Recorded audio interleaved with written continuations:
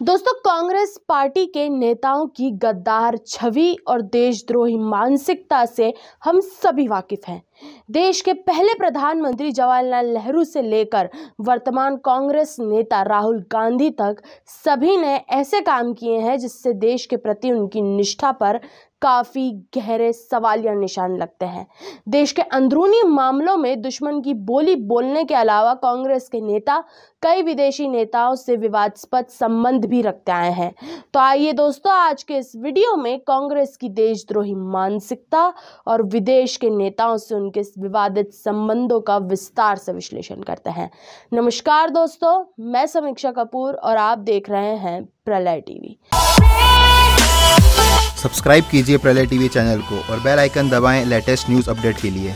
दोस्तों, आज के इस वीडियो की शुरुआत हम कांग्रेस के सबसे विवादित नेता जवाहरलाल नेहरू से करेंगे।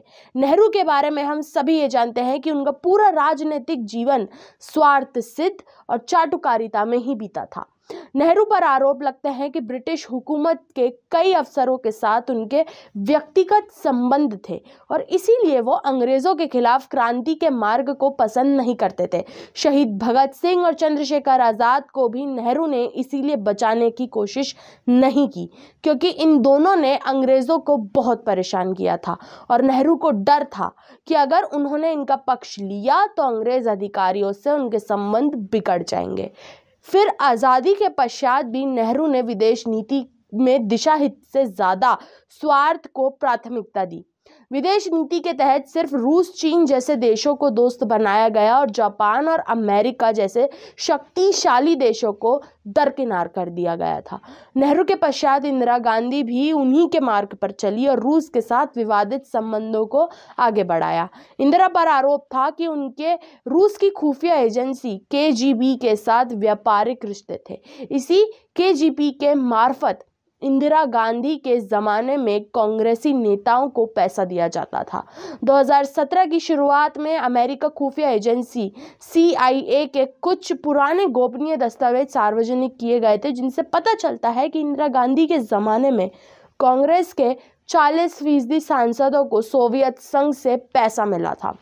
2005 के KGB के ही एक पूर्व जासूस वॉल्सी मित्रिकॉन की किताब आई थी, इसमें तो बकायदा बताया गया था कि खुद इंदिरा गांधी को सूटकेसों में भर भर कर पैसा भेजा गया था।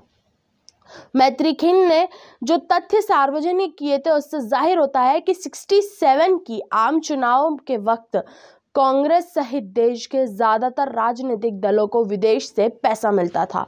उन्होंने बताया कि शीत युद्ध के ज़माने में कम्युनिस्ट देश जहां भारत में साम्यवाद को फैलाव के लिए पैसे खर्च कर रहे थे, तो पूंजीवादी देश साम्यवाद को रोकने के लिए ऐसे में जब सत्ताधारी दल का नेता ही बिकने को तैयार हो तो विदेशी ताकतों के लिए चीज़ें और आसान हो जाती हैं।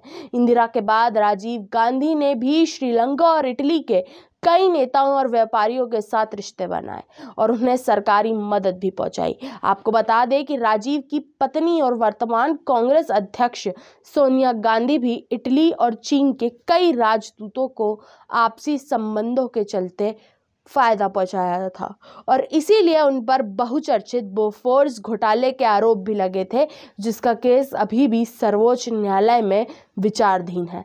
दोस्तों, कांग्रेस के और भी कई नेता समय पर विदेशी लोगों के साथ संबंधों को लेकर सुर्खियां बटोरते रहते हैं, जिनमें मनमोहन सिंह, कपिल सिब्बल, मणिशंकर अय्यर, सलमान खुर्शीद और राहुल गांधी जैसे नेताओं का नाम प्रमुखता से लिया जा सकता है। कांग्रेस के मणिशंकर अय्यर और सलमान खुर्शीद तो पाकिस्तान जाकर ये बयान दे चुके हैं कि मोदी सरकार को हटाने के लिए दोनों देशों को मिलकर काम करना होगा। अब इस बयान से हम अंदाजा लगा सकते हैं कि कांग्रेस के नेता देश को नहीं बल्कि पार्टी के स्वार्थ को प्राथमिकता देते हैं। इस मामले में कांग्रेस के युवराज राहुल गांधी भी किसी से पीछे नहीं है। जून 2017 में जब भारत और पाकिस्तान के बीच डोकलाम को लेकर विवाद चल रहा था, तो उसी समय राहुल गांधी ने चीन के राजदूत से मुलाकात की थी। हमें चीनी राजदूत से मुलाकात पर कोई आपत्ति नहीं है। राहुल लोकसभा सदस्य है, विपक्ष की राष्ट्रीय पार्टी के उपाध्यक्ष है। वो चीन तो क्या किसी से देश के भी राजदूत से मिल सकते हैं, लेकिन आपत्ति इस बात पर है कि उनकी इस मुलाकात को देश से छुपाने का प्रयास किया गया था। सच्चाई तब स्वीकार की गई जब कोई विकल्प नहीं बचा, लेकिन तब तक पूरे ज़माने को इस मुलाकात की खबर लग चुकी थी।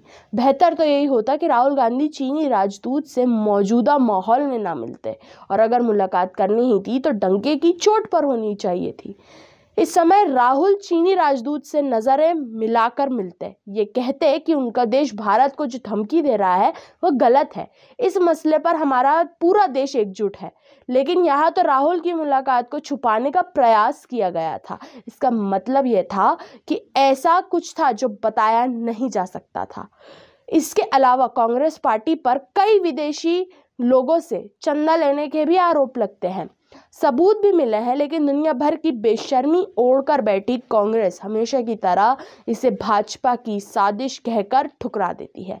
वास्तव में कांग्रेस पार्टी शुरुआत से लेकर आज तक देश की गद्दारी की काफ़ी सारी हरकतों को अंजाम दे चुकी है, जिसके आधार पर हमें इसे जयचंद की संज्ञा दे ही देनी चाहिए। दोस्तों, आज के लिए सिर्फ इतना ही। आप देखते रहिए प्रलय टीवी।